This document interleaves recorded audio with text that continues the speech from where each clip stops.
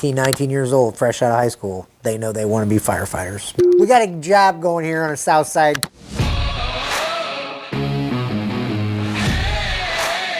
You are listening to EMS with your hosts, Erik Axene and Matt Ball.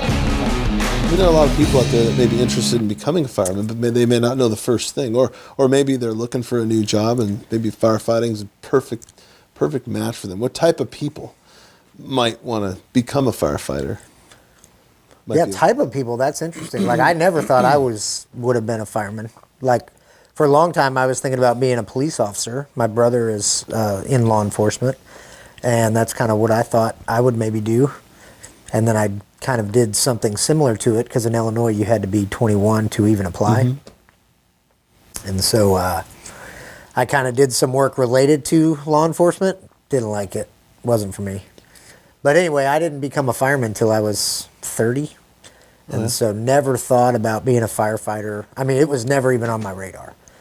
I think there's some people that just know, like we get people all the time that come into the fire department. They apply 18, 19 years old, fresh out of high school. They know they want to be firefighters. Maybe dad or mom or somebody was grandpa, somebody was a fireman.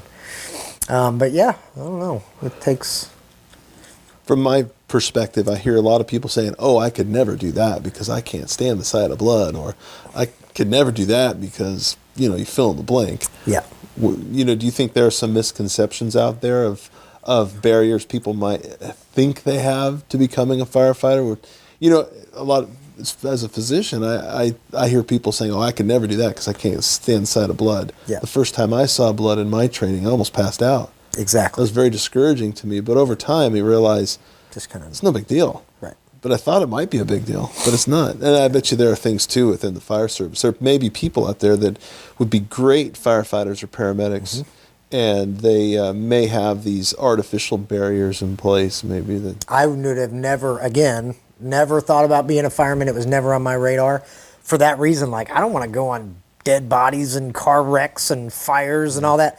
And I think it's the training that makes the difference. People freak out when they see that stuff because they don't know what to do with it. They don't know how to handle the situation, right?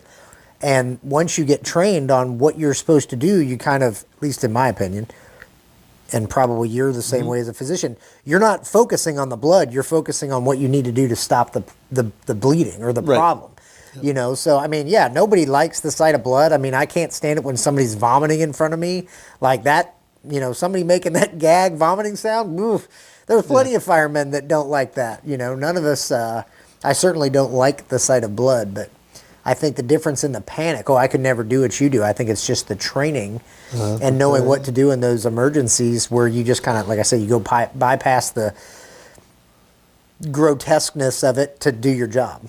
So what I hear you saying is, I think if you are considering the fire service, becoming a firefighter, to be open-minded, even with the things that you may perceive as a barrier, maybe get in there, maybe try it a little bit.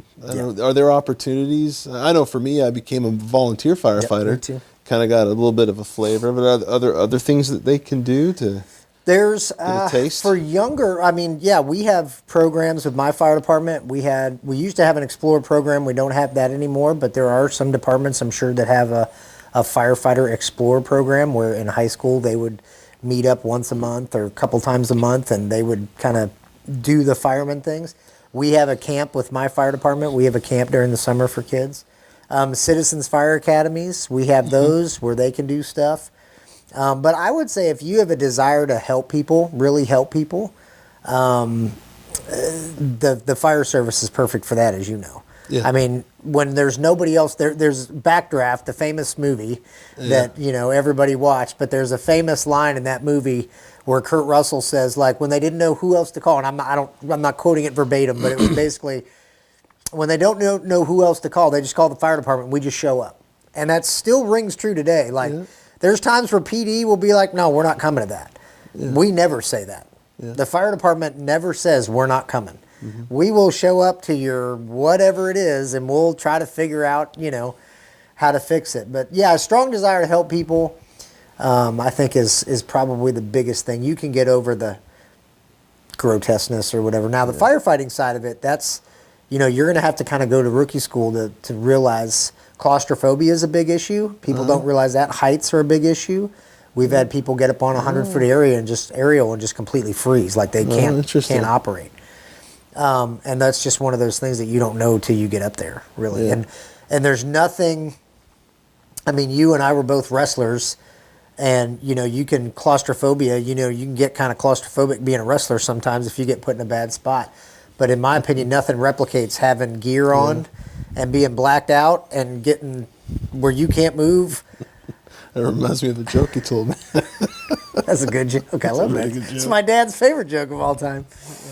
But yeah, the claustrophobia is a big issue. Have you ever trained like mask covered up and volunteered? Yeah. Well, actually, not too long ago at the station, I asked if I could join the guys in their training they were doing. They had an area set up with walls, and they were, confidence course. Yep, and they had a smoke machine, and then we parlayed that rescue exercise. It was a Mayday into something where we had to carry a hose and something across the parking lot fully with our SCBA on, and I burned through my air really fast. It's amazing. 45-minute bottles, and they won't last. I mean, even guys in really good shape, maybe 30 minutes, because you're really working hard. Well, this is good. So we're talking about some barriers that people may have. Whether it's claustrophobia, fear of heights, fear, maybe a fear of even seeing blood, or these may or may not be important obstacles. I mean, I think you got to kind of get out there and see it. One of the things that really appealed to me about becoming a volunteer firefighter was when I would see an accident on the road, I found a part of me, not rubbernecking it, like looking, because everybody kind of is a certain rubbernecking kind of mentality. We always want to see the trauma and the bent metal. But I actually felt like, I wish there was something I could do. Right. I wish there was something I could do to help these people. Because you want to do that. Yeah. And I think that might be universal, but there are certain people that really want to get in there. Yeah, I would say it's not universal. There's people that don't have any desire to help other people.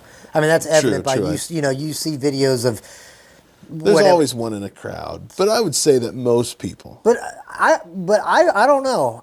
Most people that would actually take the step forward and step in and help somebody when there's a dangerous type of situation. I'm talking about people in general want to help someone when they're hurting, and I think you would agree with me. Yeah. There's always a barrier to it, but the Charles Mansons of the world. Well, yeah.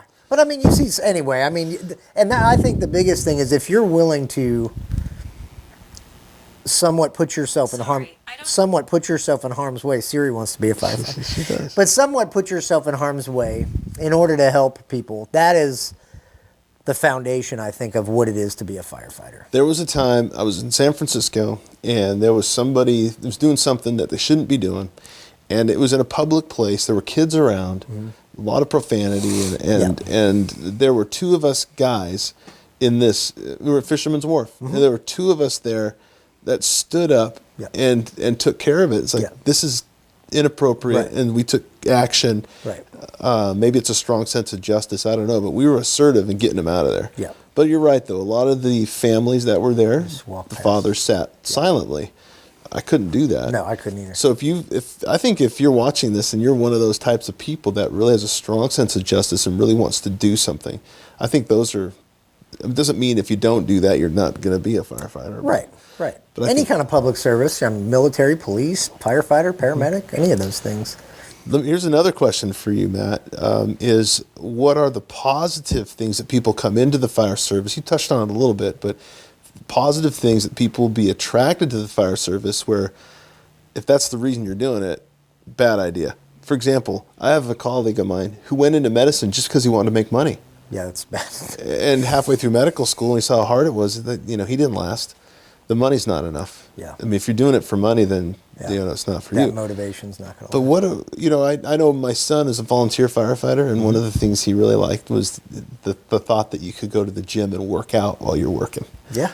It's true. You can. It's a perk. Yeah, it's not only it's something you should do. Yeah. We've a lot of firefighters that don't do that. Yeah. And that's something that you should do as a fireman, because being physically able to do your job is just as important as knowing what to do. Yep.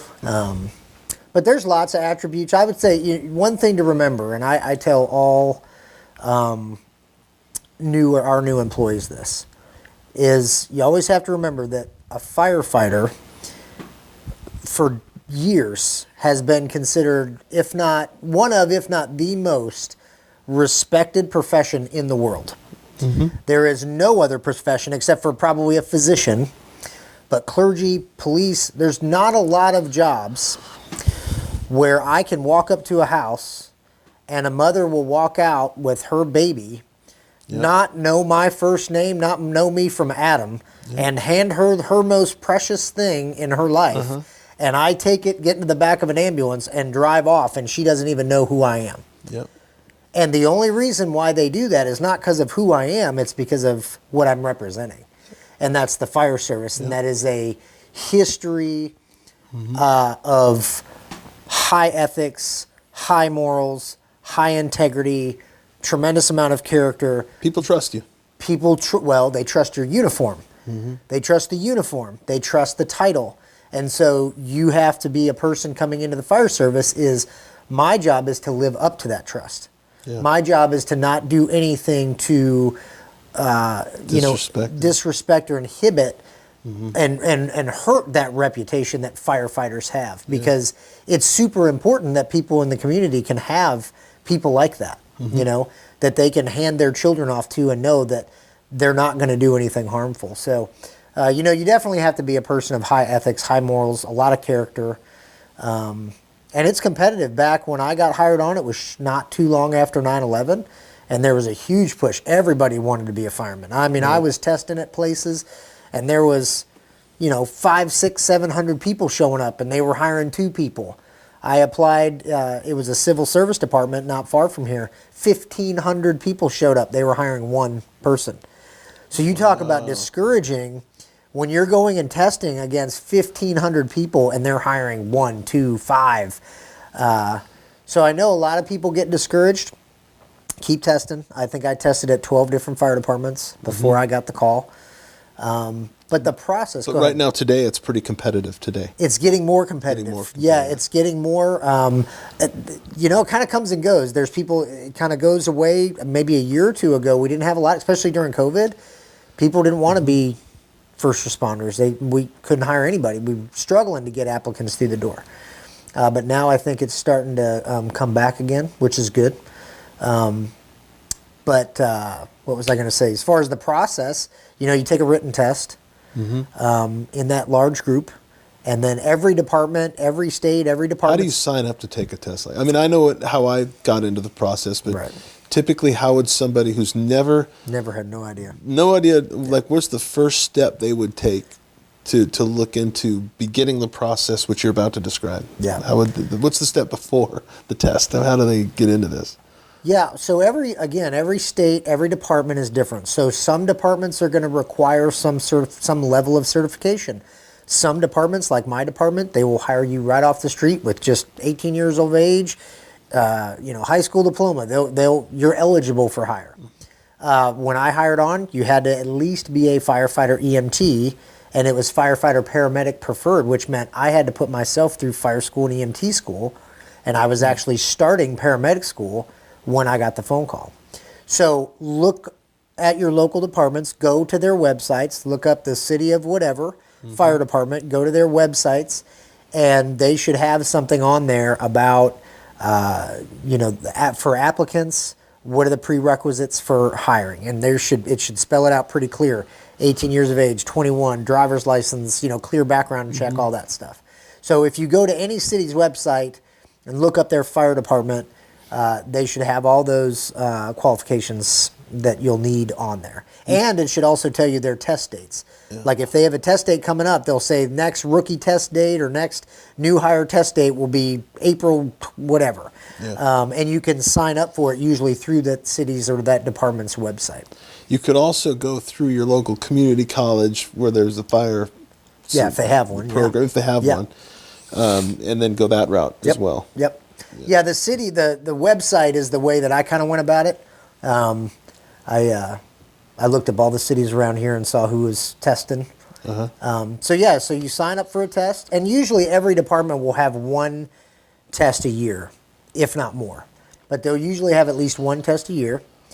You'll go in, you take a written exam, which, like it's kind of a basic aptitude test. Yep. Basic math, maybe some mechanics. There's some different ones out there. They're kind of hard to study for. They're general knowledge tests. You can buy books at bookstores or rent books at the library that'll kind of help you prepare for them, but they're just general knowledge tests. But usually you have to score fairly high in a pretty high percentile to get selected to go to the next step. Which would be the physical test, right? Well, not everywhere. Yes, most of the time. That's what it was for me. And it was the same for me, is that most of the time you did your written exam and then you went to your physical. That's pretty common, but not everywhere is the same. I know one department, they've done away with the written exam and they just do a physical and then you go to an interview. So it's very different. You just have to look up that department and see what they do. Yeah, we had the test at a local community college. And then we would be invited out to the physical, the PAT they called it, and then physical agility or physical aptitude test or whatever. Physical ability, physical agility. Yeah, and then we had an interview. Yeah, it was the interview. Yeah, that's the standard process, but again, everybody's different. So I would say the majority of departments, because that's a good way to weed people out, is in the masses. You do written, then you do a physical thing. That's going to weed a lot of those people out. And you'll see the people who really want to be there through that process. So if you have 500 people show up, you're not going to have, probably 300. Either they're not going to make the cut with the grade or they're not going to make the cut physically. So now you're down to 300. Well, then you usually go into, and every facet, those are the facets, at least whichever order they're in. Sometimes you might go in and have a chief's interview right there and get a conditional job offer. Yeah. And then you go do your polygraph and your psych. That's not how it works all the time. Polygraph? Yeah. So they did not do a polygraph for me. I slipped through the cracks. It's a good thing they didn't do a polygraph. When I tested with my department, we were the first group that ever did polygraphs. Really? And that is not a fun experience. Did you pass? I did. Well, obviously I passed, yeah. Well, come on. But they're very... I know the truth. Yeah, you do. I tell you, I've told several people, I told that polygraph examiner things I've only told Jesus. Yeah, I mean, that is a stressful time. But so the process for me was written test, physical agility, and then they have a list. And I actually didn't make the original cut. I only scored an 89 on my department's test, which normally doesn't even get you looked at, right? Yep. I had scored much higher on other tests. But anyway, I scored an 89 on my test, didn't get hit the first wave. I took the test in April. I thought, okay, 89, that's not going to cut it. Move on to the next one, right? Got a call in August. So 4 months later, I got a call at where I was working. And they're like, hey, are you still interested? I was, yeah, I'm still interested. So I went back then. I had done the written and the physical, passed both of those. But they called me back 4 months later, and they said, well, we have an opening now, and your name's top of the list. So at that point, went in. They set up interviews. I had interviews, and again, every department's different, but I interviewed with 3 firefighters, and then I went into a separate room, separate interview with 3 officers. There was 2 captains and a battalion chief. So there was just kind of that firefighter. I've had other ones with panel interviews with 2 firefighters, 2 drivers, 2 captains, and 2 battalion chiefs, all in the same room at once, all throwing you questions. So everybody's different in how they do their interviews. But passed the interview, and then I had to do a polygraph, very stressful. And then we had to do a psychological evaluation. So a bunch of written tests. I didn't have to do a polygraph or a psych eval. Yeah. And the psych eval is very subjective. Depends a lot on who you get, who the doctor is that talks to you. The doctor that I had was, we just literally sat there and had a conversation for like 30 minutes, and she's like, yeah, you're good to go. But anyway, other people have gone in there and been like, oh, you've jumped out of an airplane. Oh, you're an adrenaline junkie. We're going to kick you out of the process. And we've had people actually contest that, saying, wait a minute, just because I jumped out of an airplane doesn't mean I'm an adrenaline junkie. But they failed the process because this doctor said, oh, they're an adrenaline. Well, did they have a parachute on when they jumped out? Yeah. Yeah. Well, this wasn't Travis Pastrana. But yeah, and then they challenged it. They said, if I'll pay for my own psychological test, will you guys take the results if they're different? And they said, yeah, I've heard that happen a couple of times. Yeah. So that is a very subjective process. That determination and persistence and perseverance, that grit, that says something about somebody who really wants this, right? Yes, that says something. This is not a fleeting thing. You're not. Now, we have had people because we were hurting for people again a year or two ago, and there was, maybe less than qualified people that were getting the job because it wasn't super competitive. And that's not, I don't think that's a good thing for our communities. We're getting people in there that are kind of sliding through the cracks and really maybe don't really want to be firefighters or paramedics. One of the things I will say about the modern day fire service that I think is just reality, regardless of how people feel about it, this is reality. That the medical side of it is huge. Now, obviously, doing what we do, I enjoy the EMS side. I like the EMS side. But unless you're working really in a major metropolitan area, a big city, you're not going to do a lot of firefighting.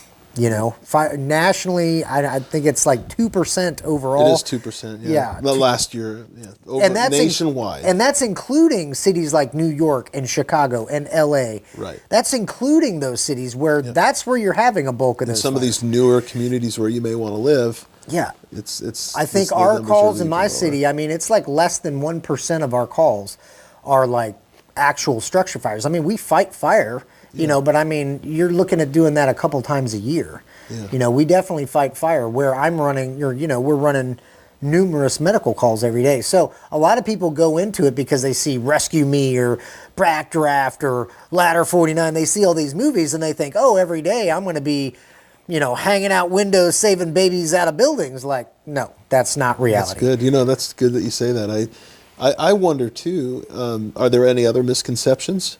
Anything else where people want to do it because of this reason? But most of what we do is medical, not fire. I would say a lot of people think that it's like all this adrenaline, and even if it's a medical call, it's just life or death every call you get. Yep. And that's not how it is. The majority of our calls are just run-of-the-mill sick people calls, falls, just run-of-the-mill things.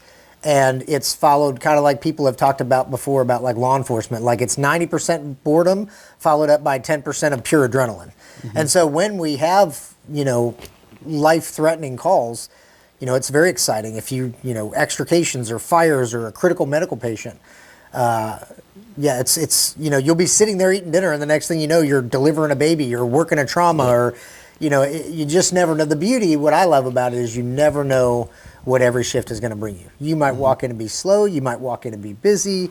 You might have just normal calls. You might have crazy calls. You just don't know. And that's what I like about it is just the randomness of it. It's all over the place. I have a question for you. What if I was an applicant that was a fool in my younger years and I have a police record? Yeah.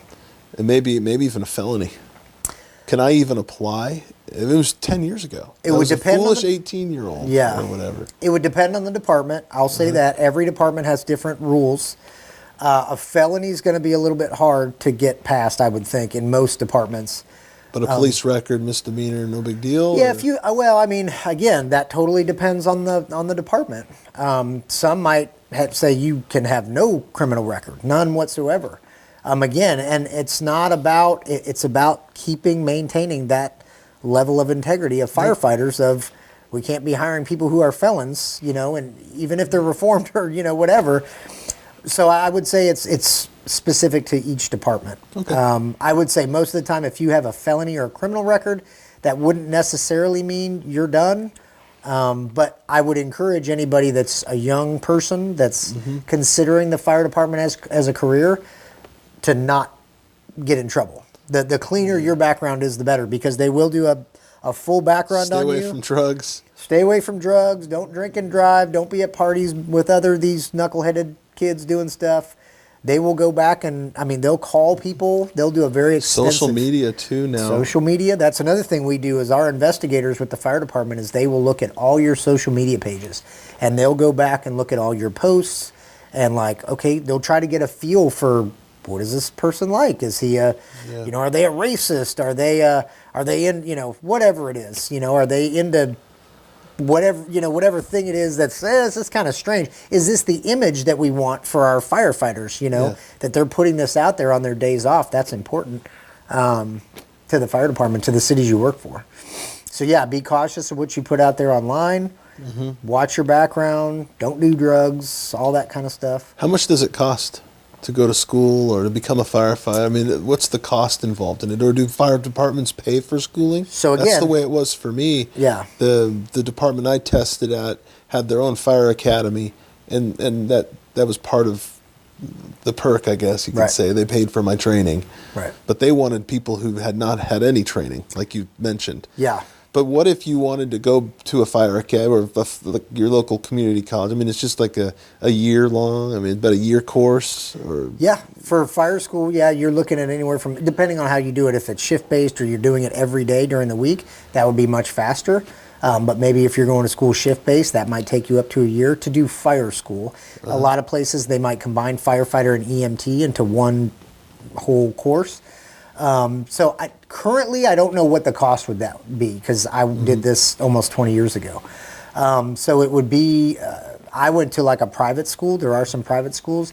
I would suggest going through a college. It's a little bit better, more legitimate, I would think. Probably better facilities, better instructors, better training. So I would just say look at your local colleges and see what the cost is. It's going to cost you a couple $1,000, but every department's different. Again, my department, you can apply with nothing. You can apply right off the street, and we will pay you a pretty good salary just to go to fire school, then to go to EMT school, and then go to paramedic school.